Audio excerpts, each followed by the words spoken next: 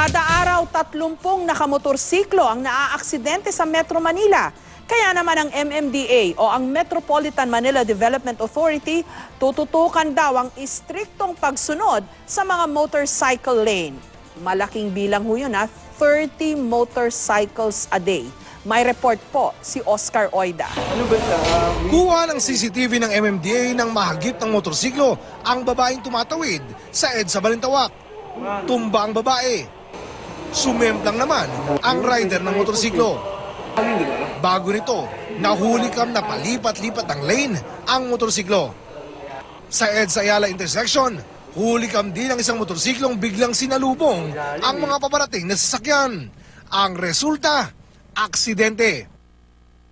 At kanina madaling araw, isang rider ang sugatan matapos araruhin ang mga concrete barrier sa EDSA Malibay, Pasay. Ayon sa MMDA, kada araw, 30 aksidente ang kinasasangkutan ng mga motorsiklo sa Metro Manila. Bukod sa may namimiligro, nagpapalala pa sa traffic ang mga aksidenteng ganito. Kaya tututukan ng MMDA ang istriktong pagsunod sa motorcycle lanes, gaya sa EDSA, Commonwealth, C5 at Macapagal Boulevard. Iba yung umiikot ka doon sa 5 lanes eh. I mean, kung may deviation ng 1 or 2 lanes, naiintindihan naman na namin yun eh. Especially kung traffic. Pero kunwari, hindi traffic at kung saan ka, lalo na sa Commonwealth o sa Macapagal, makikita mo yan eh. Hindi nila sinusunod. Dapat din daw, laging naka-on ang ilaw ng motorsiklo kahit na umaga. Babantayan din ang mga hindi naka-crash helmet na may multang 150 pesos.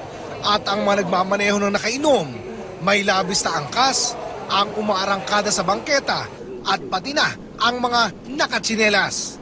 Ngayong weekend, maninita muna ang MMDA.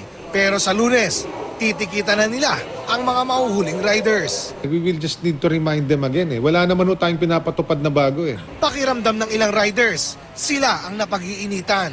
Kailan maraming nagrereklamo, saka sila maghihigpit ng enforcement. Oscar Oida, GMA News.